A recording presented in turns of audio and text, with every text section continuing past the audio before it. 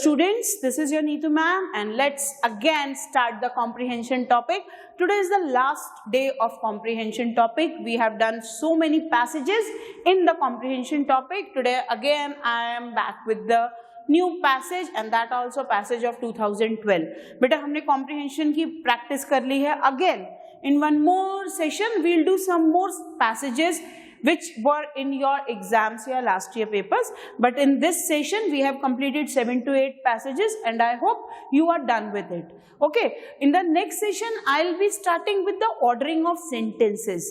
हमने ordering of words भी किया है, अब हम करेंगे ordering of sentences का session ताकि कोई भी topic आपका छूटे नहीं. Today only I got one message from one student to just have the revision of infinitive and gerunds.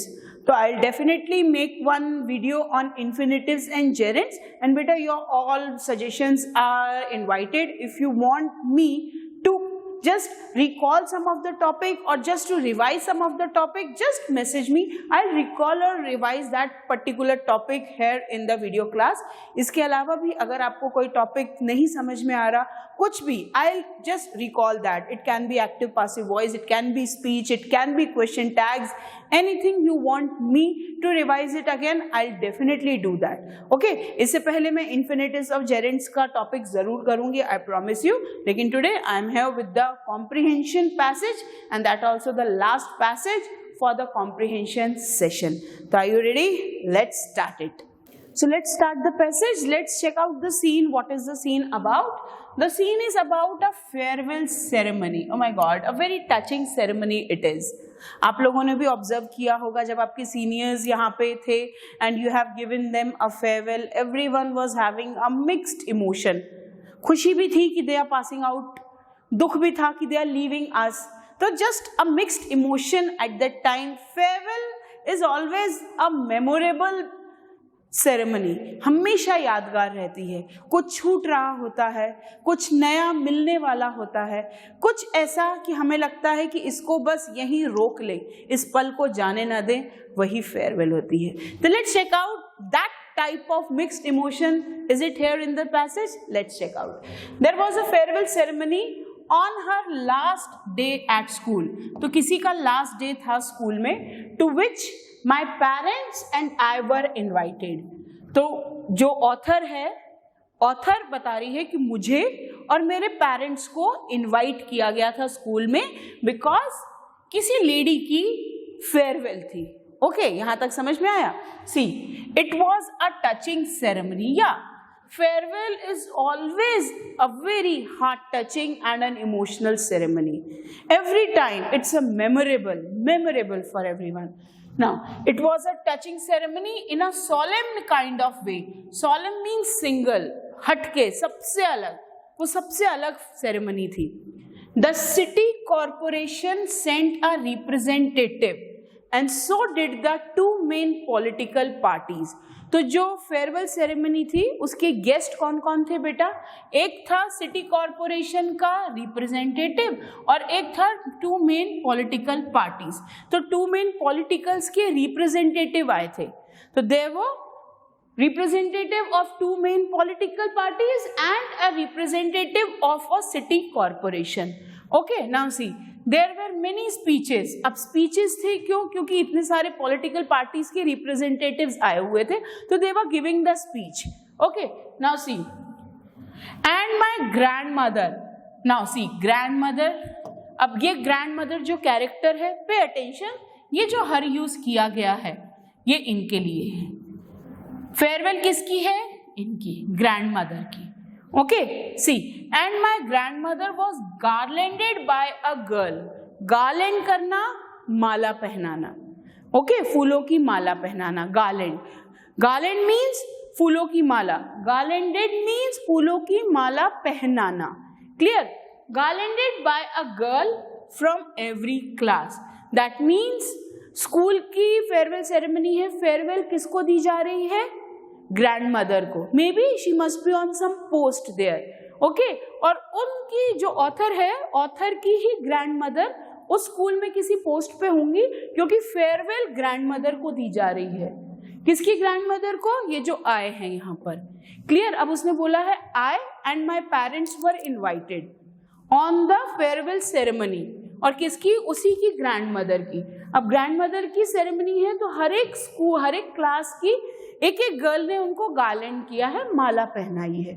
Okay, then the head girl, a particular favourite of hers, किसकी favourite? Grandmother की। May B she must be the post of principal और some teacher in that school, तो उनकी favourite थी head girl, और उस head girl ने क्या किया? अनवेल्ड। नाउ सी, अनवेल्ड, ये वर्ड याद रखना बेटा। वेल मीन्स पर्दा, वेल मीन्स पर्दा, कवरिंग, क्लियर। अनवेल करना, पर्दा हटाना, अनकवर करना। तो अनवेल का एक और मीनिंग है अनकवर करना। तो जो हेड गर्ल थी, जो ग्रैंडमदर की फेवरेट थी, उसने क्या अनकवर किया? Farewell present the girls had bought for her by subscription. Subscription नहीं होगा यहां पर,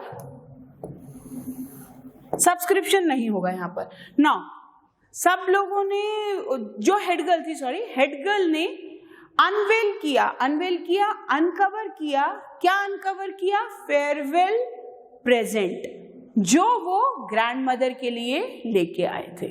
clear? Now see, farewell present the girls had bought, सब गर्ल्स मिलके लेके आई थी, फॉर हर, किसके लिए? ग्रैंडमदर के लिए। तो farewell present bought for her by subscription नहीं, बाय कॉन्ट्रीब्यूशन। सब लोगों ने कॉन्ट्रीब्यूट किया था अपने। आपके यहाँ भी जब 12th की फेयरवेल हुई थी, देखा था स्टूडेंट्स ने कॉन्ट्रीब्यूट करके, we have given the return gift to our seniors, to your seniors you have given. तो ऐसे ही, तो यहाँ पर जो ग्रैंड मदर है उनके लिए may be she is on the some post, और सारी गर्ल्स ने पैसे जमा करके, कॉन्ट्रीब्यूट करके उनके लिए कुछ गिफ्ट लेके आया है, और वो हेड गर्ल ने वो गिफ्ट अनकवर किया on the stage for her, that for grandmother. Okay, now सी, क्या है उसके अंदर? It was a large marble model of the Taj Mahal. तो वो गिफ्ट क्या था जो सारे स्टूडेंट्स पैसे कंट्रीब्यूट करके ग्रैंड मॉम के लिए लेके आए थे? वो था एक मार्बल मॉडल ताजमहल का। एक ताजमहल था मार्बल से बना हुआ। Now see, it had a bulb inside and could be lit up like a table lamp. तो basically it was a table lamp in the form of a Taj Mahal.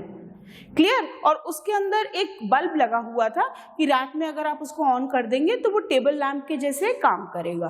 Clear? My grandmother made a speech too. तो अब grandmother, as she was the guest of honour there, she was the centre of attraction there, उन्हीं की farewell थी तो उन्होंने भी speech दी, but she could not finish it properly. पर वो स्पीच को फिनिश नहीं कर पाई। क्यों फिनिश नहीं कर पाई?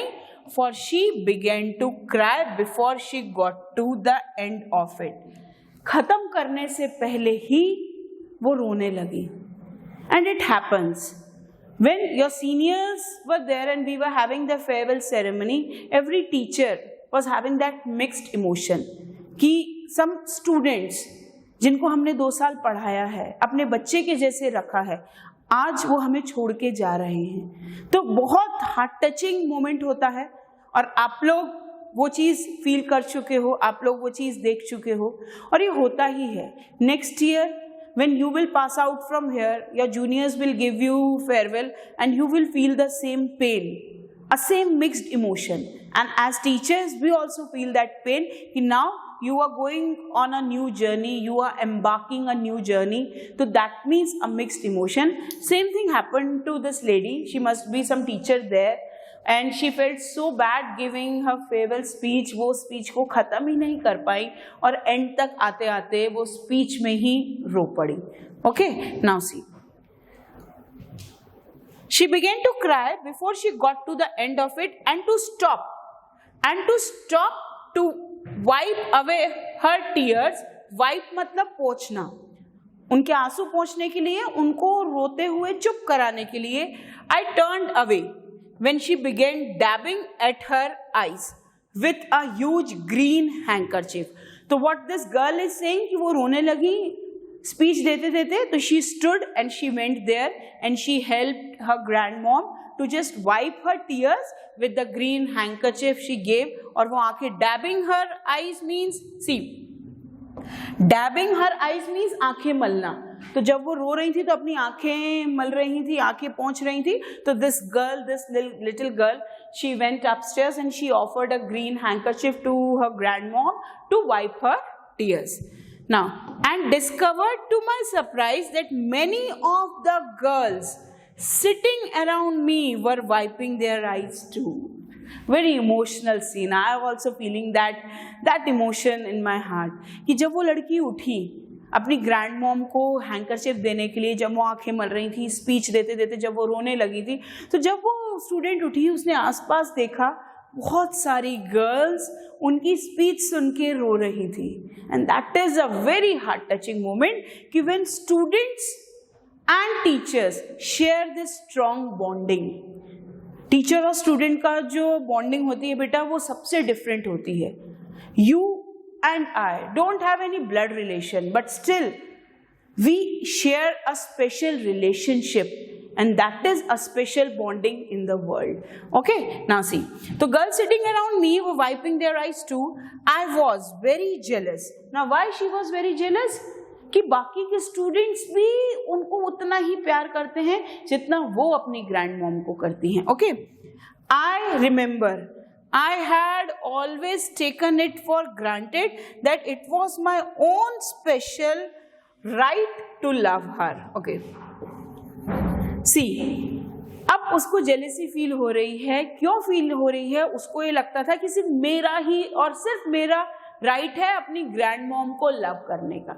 लेकिन व्हेन शी सॉ कि बाकी सब स्टूडेंट्स भी उनको इतना प्यार करती हैं जितना वो गर्ल अपनी ग्रैंड मॉम से प्यार करती थी या करती है, तो दैट गर्ल फेल्ट जेलस कि she was having that feeling it is my single right, सिर्फ मेरा राइट है अपनी ग्रैंड मॉम को प्यार करने का. And she was not able to share her grand mom with other students. लेकिन जब उसने देखा कि सब लोग उनकी ग्रैंड मॉम के प्यार में रो रहे थे, उनके जाने के गम में रो रहे थे, तो she felt very bad. Now see, I did not know how to cope up. Cope up means overcome, face. Okay, cope up with the discovery that my right had been infringed by a whole school. अब उसको ये समझ नहीं आ रहा कि इस condition को कैसे फेस करूं मैं कि जब मेरा जो सिंगल अधिकार है, सोल राइट है, जो मेरा सोल अधिकार है, जो किसी के पास नहीं है, कि वो मेरी ग्रैंड मॉम है, किसी और की ग्रैंड मॉम नहीं है, तो वो मेरा सोल राइट आज सब लोग छीन रहे हैं. See, infringed by the whole school. Infringed by a whole school, सब उस इमोशन को फील कर रहे हैं. इन्फ्रिंग मतलब किसी का अधिकार छीन लेना. अब उन्होंने वो अधिकार छीना नहीं है, वो उनसे प्यार करते हैं. तो what is the mood off the passage? The mood is sad. This is a farewell ceremony. Farewell ceremony में all the students are giving farewell. The main guest of honor, the grandmom, just started crying mid of the speech, and उनको रोता हुआ देख के बाकी सब students felt the same emotion and they also started crying. The granddaughter felt very bad, felt jealous because she was having that assumption in her mind कि सिर्फ मैं ही उनसे प्यार करती हूँ और मेरा ही राइट है उनको प्यार करने का. बट व्हेन शी सॉ कि everyone is crying, तो she felt jealous कि उसका वो अधिकार छिन गया है, उसकी वो जगह छिन गई है, अब सब लोग ही उनसे इतना ज़्यादा प्यार करते हैं. तो I hope you have understood the paragraph. Still, just get a screenshot of it so that you can just sort out the questions. Just get a screenshot of the whole para, then we'll move forward to the questions. Done? Okay. So students, check out the questions based on that paragraph. The farewell ceremony described in the passage is for the. Who is the main character in the farewell ceremony? जिनकी farewell है. अब कौन है जिनकी farewell है? Remember the grandmother of the author. जो author है उनकी grand mom. Remember in the passage the lines were given to the farewell ceremony I and my parents were invited. और ग्रैंड मदर की farewell थी, तो जो author है I, उनकी grandmother. Okay, check out. Author's mother used to teach at his or her school. No. Mother of head girl? No, mother of head girl नहीं. Grandmother of head girl no longer teaching at her school. No.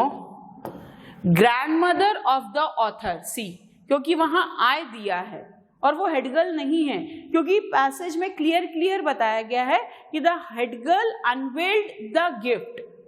तो head girl author नहीं है. Clear, author के लिए आई दिया जाता है. तो grandmother of the author who used to teach at his or her school. So this is correct, क्योंकि ये बताया गया है कि वो अपनी ग्रैंड मॉम की फेयरवेल में गई थी और वहां पर उसकी grand mom used to teach. तभी तो वहां बार बार स्टूडेंट्स और हेड गर्ल टर्म्स यूज हो रहे थे. Okay, check out this. The farewell ceremony made everyone feel. क्या मूड था, क्या इमोशन था?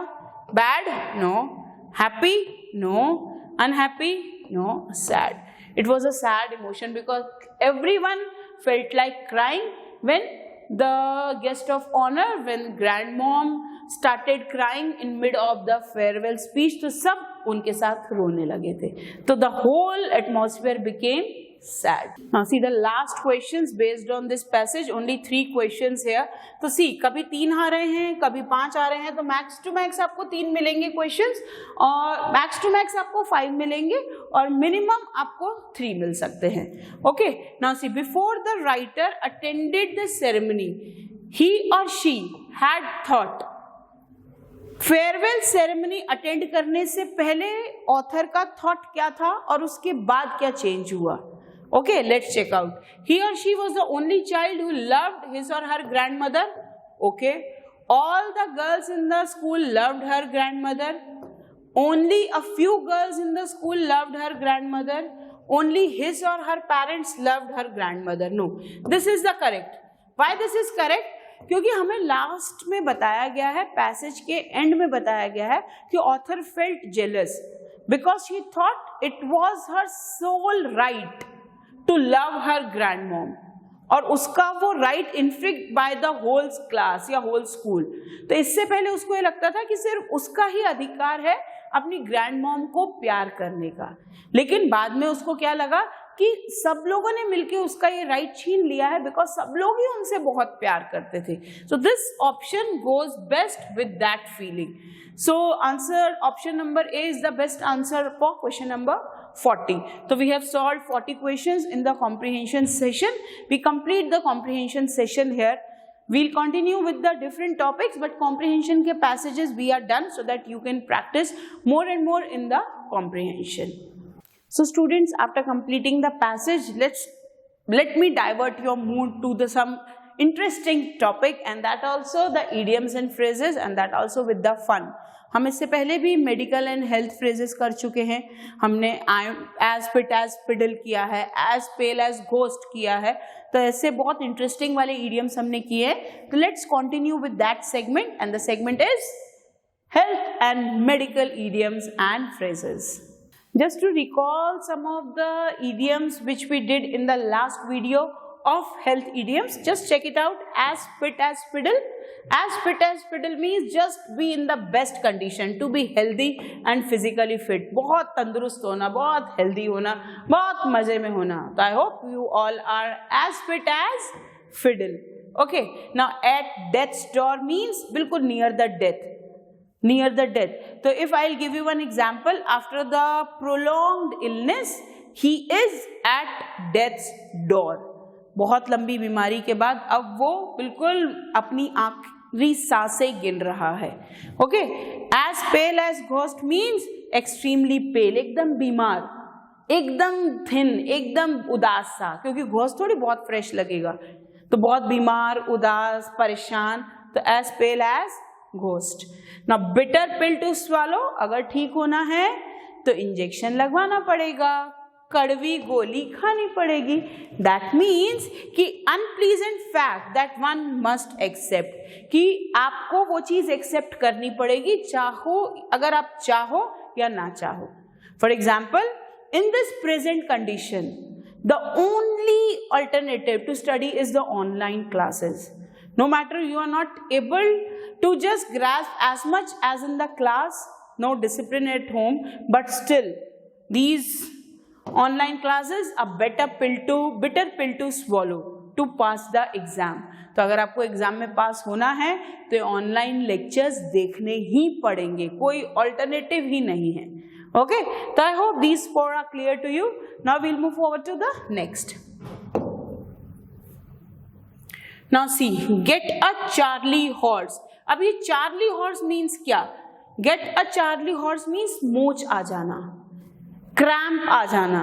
आप कभी खेलते खेलते गिर गए तो हाथ मुड़ गया, पैर मुड़ गया, उंगली मुड़ गई, तो that means a Charlie horse, मोच आ जाना हाथ या पैर में. कहीं पे भी जब मोच आती है तो हम उसके लिए यूज करते हैं term get a Charlie horse, to have a Charlie horse.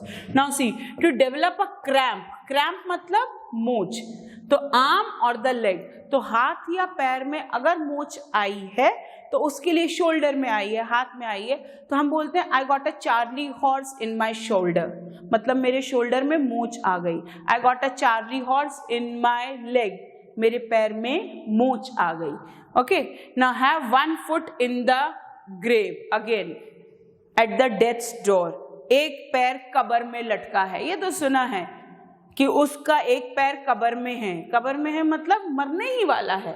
Okay, अगर हम बोले that man just want to dance in the function and he is having one foot in the grave, कि इतनी बुरी हालत है, मरने वाला है, फिर भी उसको डांस करना है. तो to have one foot in the grave means near the death, at the death's door. See, to be near death.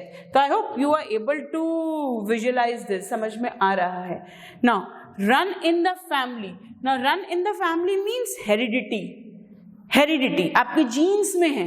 सम, अब आजकल अगर देखें, some of the diseases run in the family, family heredity से. Diabetes, diabetes just pass from generation to the other generation, that means run in the family. The common factor in the generations, see, to be a common family characteristic, एक characteristic है family की कि अगर suppose किसी की height ज्यादा कम है, अगर फैमिली में मेन जो कैरेक्टर्स हैं उनकी हाइट कम है, तो नेक्स्ट जनरेशन में भी वो हाइट वैसे ही, कैरेक्टरिस्टिक्स वैसे ही चलेंगी. That is why you all resembles your parents, your family members, because that characteristic run in the family, that means pass from one generation to other. So I hope all these idioms are clear to you all. Now the next. Now हमने किया है ये under the weather. Under the weather means not feeling well. हमने पहले भी किया है कि I'll not go to the work today because I am under the weather today. Under the weather means मौसम बदल रहा है तो तबीयत खराब है, मतलब बीमार है. That means not feeling well, unwell होने के लिए under the weather. Now see, sick and tired of, कहाँ सुनते हैं हम ये? आपने सुना है, आप लोग एक्सक्यूजेस देते हो और हम टीचर्स मोस्टली यूज दिस कि थक गई हूं मैं तुम्हारे बहाने सुन सुन के. I am tired of your silly excuses, I am sick of your silly excuses. That means just परेशान हो जाना, किसी चीज से परेशान हो जाना. See, extremely annoyed by something that occurs repeatedly. तो students, sick and tired of means annoyed of repeated activities. जैसे हम बार बार आपको बोलते हैं I am just tired of your silly excuses, थक चुकी हूं मैं आपके ये बहाने सुन सुन के, of not doing the homework, of not practicing the thing. Okay, the sick and tired of means just extremely annoyed for the repeated actions. Now see the next, go under the knife. Go under the knife means go undergo या surgery, किसी surgery, किसी चीज की surgery कराना. For example अगर मैं बोलूं many of the actors today went under the knife to get a better look, that means they have done the plastic surgery. Okay, yeah, my friend met an accident yesterday and he has to go under the knife for the future, that means future में उसको surgery करानी पड़ सकती है. Okay, तो I hope you have understood this. Under the knife means to undergo some surgery. Now check out the next. Now see, pills हैं, capsules हैं, बड़ी दवाइयों वाले इडियम्स चल रहे हैं आज तो लेट्स चेक आउट क्या कह रहा है ये इडियम. क्या कह रहा है? See, knock someone for 6. Knock someone for 6 means बहुत लंबी बीमारी के कारण ना आप बेड रेस्ट पे हो, बहुत परेशान हो गए हैं उस बीमारी के कारण, स्पेशली इलनेस के कारण. See, an illness perhaps bad news that really affect somebody, कि कोई बुरी खबर आई है या कोई इलनेस है उस कारण परेशान हो जाना, मूड ऑफ हो जाना, स्ट्रेस में चले जाना. सी ही स्पेंड 2 weeks इन बेड. वो 2 हफ्ते बेड रेस्ट पे था, बिस्तर में था, and was very weak. It really knocked him for 6. That means 2 हफ्ते तक बिस्तर में रहने से या बीमार हो जाने से वो बहुत परेशान हो गया, उसका मूड बहुत स्ट्रेसफुल हो गया. अगर मैं बोलूँ आप लोग इतने टाइम से घर हैं, you are not able to go out because of corona pandemic, और corona pandemic is a bad news, तो I can use this idiom कि all my students are knocked for 6 due to corona pandemic. Clear? आ सकता है ये exam में related to the current situation. Clear? Now see, on its last legs. Last legs means near the death door. बिल्कुल end पर. जैसे हमने अभी किया near the death door, near the death, at the death's door means at the last stage. Now see, a year ago he looked like he was on his last legs. 1 साल पहले वो ऐसा दिख रहा था कि वो बिल्कुल अपने अंतिम समय पर है या लास्ट स्टेज पर है. Clear? Out of sorts. Out of sorts means मेरा मूड ठीक नहीं है आज, मेरा मूड आउट ऑफ है. That means out of colour है. इसके लिए एक और ईडियम है, इसके लिए एक ईडियम है ऑफ कलर. ऑफ कलर या out of sorts means the same, means out of mood होना, मूड ठीक ना होना, मूड खराब होना.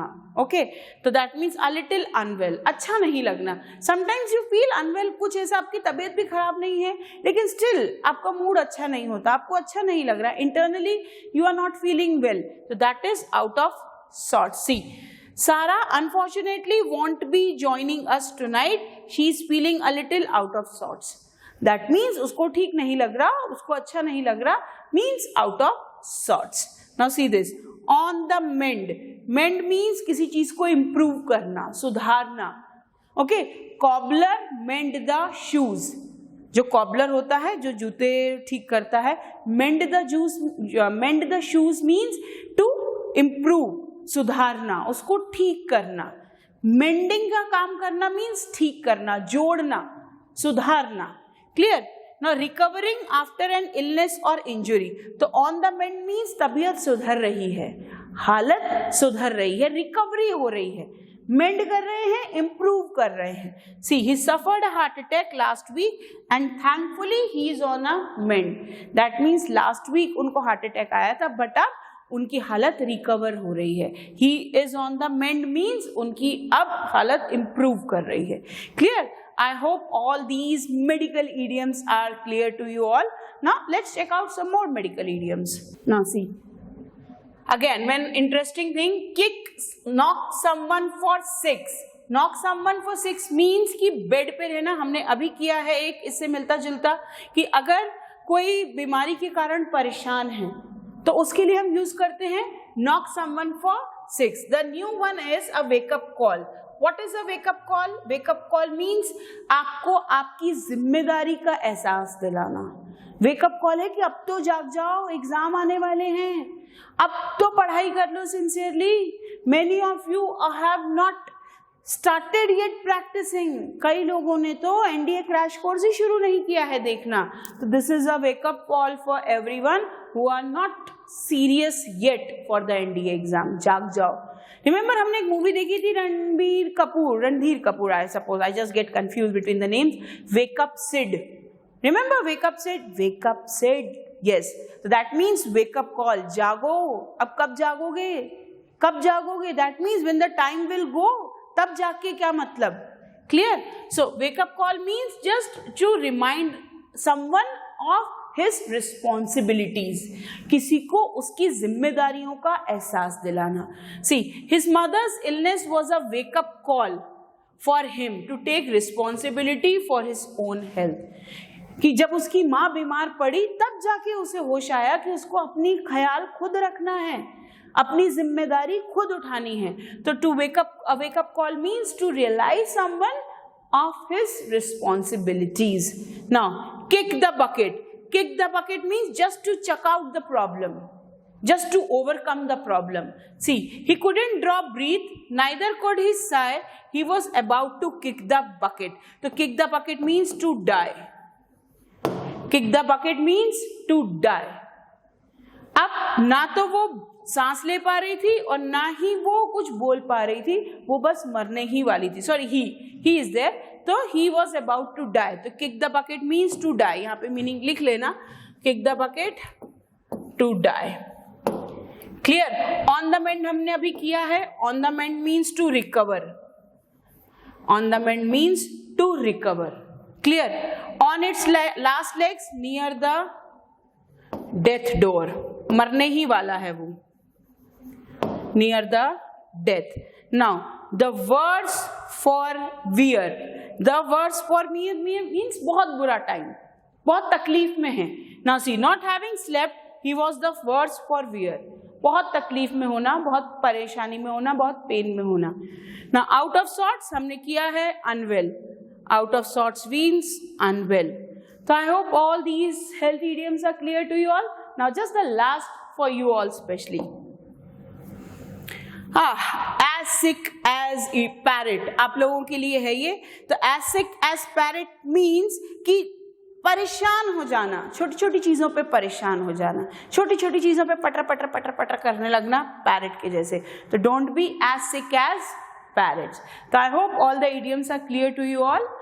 Just all this for today. From the next day I'll start the new topic और उस new topic ordering of sentences and just get prepared for that. इसके बाद हम और भी topics करेंगे and then we'll do the revision once more. All this for today. Study hard, be safe. Thank you.